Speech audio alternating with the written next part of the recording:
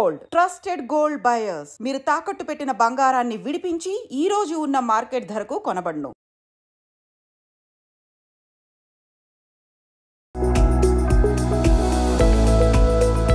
Hello weavers, నేను doctor Rahul Reddy. ఈరోజు ఈ వీడియోలో మనం ఏంటంటే ఆల్కహాల్ అనేది మన సెక్షువల్ పర్ఫార్మెన్స్ని పెంచుతుందా, ఈ విషయంలో ఎంతవరకు నిజం ఉంది, అది ఎంతవరకు పనిచేస్తుంది అనే దాని గురించి డిస్కస్ చేసుకుందాం. ఈ ఆల్కహాల్ అనేది మా దగ్గరకు వచ్చే పేషెంట్స్లో కూడా చాలామంది చెప్తూ ఉంటారు, డాక్టర్ నేను ఆల్కహాల్ తాగిన రోజు చాలా బాగా చేయగలుగుతున్నాను, ఆల్కహాల్ తీసుకున్న రోజు నాకు పెనిస్ ఎందుకో వీక్గా అనిపిస్తుంది, నేను చేయలేకపోతున్నాను, నాకు కాన్ఫిడెన్స్ ఉండట్లేదు అని. సో ఇది ఎంతవరకు నిజము? ఆల్కహాల్ అనేది సెక్షువల్ ప్లెజర్ని పెంచగలుగుతుందా అంటే ఇది అసలు టోటలీ ఇది ఒక అపోహ మాత్రమే. ఇప్పుడు కూడా ఆల్కహాల్ ఎప్పుడు మీ ప్లెజర్ని పెంచదు. రెండు సందర్భాల్లో మనకు ఆల్కహాల్ యూజ్ అవుతుంది. అది ఎప్పుడు అంటే ఇప్పుడు చాలామందికి తన పర్ఫార్మెన్స్ మీద కాన్ఫిడెన్స్ లేనప్పుడు, అంటే నేను సరిగా చేయగలుగుతానా లేదా, నేను ఫెయిల్ అవుతానేమో అన్న ఫియర్ ఉన్నప్పుడు, అంటే తెలియకుండానే కొంచెం ఆ యాంగ్జైటీ, పర్ఫార్మెన్స్ యాంగ్జైటీ ఉన్నప్పుడు అప్పుడు ఏమవుతుంది అంటే కొంతమంది దగ్గరికి వెళ్ళగానే ఆ ఫియర్తోనే కొంతమంది ఫెయిల్ అవుతూ ఉంటారు. ఎరెక్షన్ సరిగా రాకపోవడము, అంటే అన్నీ నార్మల్గా ఉన్న కేవలం తన మీద తనకి కాన్ఫిడెన్స్ లేకపోవడం వల్ల ఆ కొంచెం ఫెయిల్యూర్స్ అనేది ఫేస్ చేస్తూ ఉంటారు. సో కాకపోతే ఎప్పుడైతే ఆల్కహాల్ తీసుకుంటారో వాళ్ళకు ఎక్కువ కాన్ఫిడెన్స్ పెరుగుతుంది. నార్మల్గా మీరు చాలామంది చూస్తూ ఉంటారు. ఎగ్జాంపుల్, కొంతమంది ఇంగ్లీష్లో మాట్లాడాలన్నా కూడా ఇబ్బంది పడేవాళ్ళు ఆల్కహాల్ తీసుకుంటే ఎక్కువ ఇంగ్లీష్లో మాట్లాడతారు. అంటే వాళ్ళకు రాని లాంగ్వేజ్లో మాట్లాడుతూ ఉంటారు. ఎందుకంటే ఇన్హిబిషన్ పోతుంది. ఆల్కహాల్ ఎప్పుడు కూడా ఇన్హిబిషన్ని కొంచెం వరకు తగ్గిస్తుంది. సో ఇన్హిబిషన్ తగ్గించినప్పుడు తెలియకుండానే కాన్ఫిడెన్స్ పెరుగుతుంది. అంటే పక్కన వాడు ఏమనుకుంటాడో అనే ఇన్హిబిషన్ పోయినప్పుడు ఆటోమేటిక్గా పర్ఫార్మెన్స్ పెరుగుతుంది. ఇది కొందరిలో ఎవరైతే పర్ఫార్మెన్స్ యాంగ్జైటీ ఉందో వాళ్ళలో చాలా వరకు పనిచేస్తుంది. కొంతమందికి ప్రీమెచ్యూర్ ఎజాక్యులేషన్ ఉన్న వాళ్ళు కూడా ఈ పర్ఫార్మెన్స్ యాంగ్జైటీ వల్ల తొందరగా ఎజాక్యులేట్ అయిపోతుంటుంది. కానీ ఎప్పుడైతే ఆల్కహాల్ తీసుకుంటారో వాళ్ళకు తెలియకుండానే ఆ కాన్ఫిడెన్స్ పెరుగుతుంది కాబట్టి ఎక్కువసేపు చేయగలుగుతారు. కానీ ఇది కేవలం ఈ సెక్షన్ ఆఫ్ పేషెంట్స్లో కొన్ని రోజుల వరకు మాత్రమే పనిచేస్తుంది. మీరు ఆల్కహాల్ అనేది అప్పుడప్పుడు తీసుకుంటున్నారనుకోండి, దానివల్ల జనరల్గా పెద్ద ప్రాబ్లం ఉండకపోవచ్చు. కానీ రోజు ఆల్కహాల్ తీసుకునే వాళ్ళు కానీ, వీక్లీ 2 to 3 times ఆల్కహాల్ తీసుకునే వాళ్ళు కానీ, లేదా వీక్లీ వన్స్ తీసుకున్న అన్లిమిటెడ్ ఆల్కహాల్ తీసుకునే వాళ్ళు కానీ, అంటే ఓన్లీ 30-60 ml తీసుకొని ఆపేసే వాళ్ళకైతే జనరల్గా ప్రాబ్లమ్స్ ఉండవు. కానీ కంటిన్యూస్గా హాఫ్ బాటిల్, క్వార్టర్ బాటిల్ తాగే వాళ్ళకి ఏమవుతుంది అంటే పోను లివర్లో ఫ్యాటీ లివర్ చేంజెస్ వస్తాయి. ఎప్పుడైతే ఫ్యాటీ లివర్ చేంజెస్ వస్తాయో అది టెస్టోస్టిరాన్ ప్రొడక్షన్ని, టెస్టోస్టిరాన్ ట్రాన్స్పోర్టేషన్ని తగ్గిస్తుంది.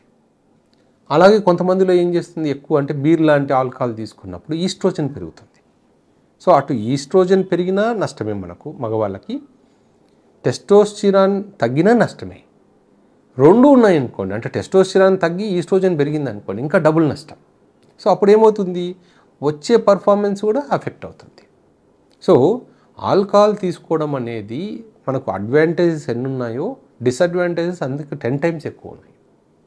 సో సింపుల్గా మనకు తెలియనివి కాదు, అంటే మనకేంటంటే అలవాటు అయిపోయి ఓకే ఆల్కహాల్ తీసుకున్న రోజు నాకు బాగుంది అని చెప్పుకోవడానికి బాగానే ఉంటుంది తప్ప, కాకపోతే ఆల్కహాల్ వల్ల మనకి ఎన్ని రకాల నష్టాలు ఉన్నాయి. ఆల్కహాల్ లాంగ్ టర్మ్లో తీసుకోవడం వల్ల రక్తనాళాలు డ్యామేజ్ అవుతాయి. ఈ రక్తనాళాల్లో మనకు బాడీలో 3 రకాల రక్తనాళాలు ఉంటాయి, పెద్దవి, మీడియం సైజ్వి, స్మాల్వి. మనకు పెనిస్లో ఉన్నవన్నీ కూడా స్మాల్ సైజ్ బ్లడ్ వెజల్సే. అవి ఏమవుతాయి, కొన్ని రోజుల తర్వాత బ్లడ్ వెజల్ స్టిఫ్నెస్ వచ్చేస్తుంది. దానివల్ల ఏమవుతుంది, పెనిస్ లోపలికి వెళ్ళే బ్లడ్ ఫ్లో అనేది స్లో డౌన్ అయిపోతుంది. సో దానివల్ల కూడా మనకు అంగస్తంభన సమస్యలు రావచ్చు. ఆల్కహాల్ హార్మోన్ టెస్టోస్టెరాన్ ప్రొడక్షన్ తగ్గిస్తుంది, ఈస్ట్రోజన్ ప్రొడక్షన్ పెంచుతుంది. ఈ రెండుటి మళ్ళీ ఇంబ్యాలెన్స్ వస్తుంది. టెస్టోస్టెరాన్ ఈస్ట్రోజన్ వల్ల ఇంబ్యాలెన్స్ వస్తుంది. ఆల్కహాల్ రెగ్యులర్గా తీసుకోవడం వల్ల స్పెర్మ్ కౌంట్ తగ్గిపోతుంది, టెస్టిక్యులర్ ఫంక్షన్ తగ్గిపోతుంది. సో అలాగే కాకుండా నర్వ్స్లో కూడా కొంచెం సిగ్నల్ ట్రాన్స్మిషన్ తగ్గిపోతుంది. ఆల్కహాల్ బ్రెయిన్ మీద కూడా పనిచేసి బ్రెయిన్లో నుంచి వచ్చే హార్మోన్స్ కూడా తగ్గిస్తుంది. సో ఇవన్నీ కూడా ఆల్కహాల్ వల్ల వచ్చే సైడ్ ఎఫెక్ట్స్. సో ఆల్కహాల్ ఎప్పుడో సరదాగా ఏదో పార్టీలో నెలకోసారి పార్టీకి వెళ్ళాము తాగాము అన్న సిచ్యువేషన్లో అయితే బాగానే ఉంటుంది, కానీ అతిగా తీసుకోవడం వల్ల అది కూడా ఎరెక్టైల్ డిస్ఫంక్షన్కి one of the reason.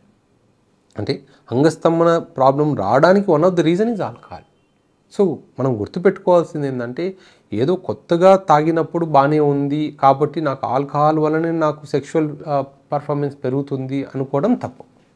Alcohol వల్ల ఎక్కువ తాగే కొద్దీ మనకు ఉన్న పెనిస్లో ఉన్న బ్లడ్ వెజల్స్ డ్యామేజ్ అయ్యి ఎండోథీలియల్ డిస్ఫంక్షన్ వచ్చి దానివల్ల ఫ్యూచర్లో మళ్ళీ రిపేర్ కానంత డ్యామేజ్ అయ్యి కూడా అవ్వచ్చు. సో ఇప్పుడు మనము ఓన్లీ హార్మోనల్ ఇంబ్యాలెన్స్ ఉందనుకో ట్రీట్మెంట్ చేయడం ఈజీ, అంటే మనం ఓన్లీ హార్మోన్స్ మళ్ళీ బ్యాలెన్స్ చేస్తే సరిపోతుంది.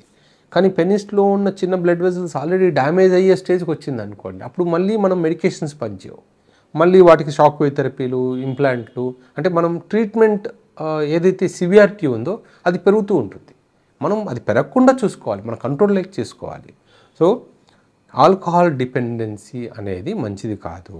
ఏదో సరదాగా పార్టీకి వెళ్ళారు, అంటే యూత్లో ఉన్నప్పుడు యంగ్స్టర్స్కి ఏమవుతుంది, పార్టీకి వెళ్ళారు ఆ రోజు పర్ఫామ్ చేయగలిగారు బాగానే ఉంది అంటే పర్వాలేదు, కానీ దీన్ని రొటీన్గా తీసుకోకూడదు. ప్రతిసారి సెక్స్లో పాల్గొనాలంటే ఆల్కహాల్ తీసుకుంటేనే నేను పాల్గొంటాను అనే అపోహకి వెళ్ళడం అనేది మంచిది కాదు, గుర్తుపెట్టుకోండి. Thank you.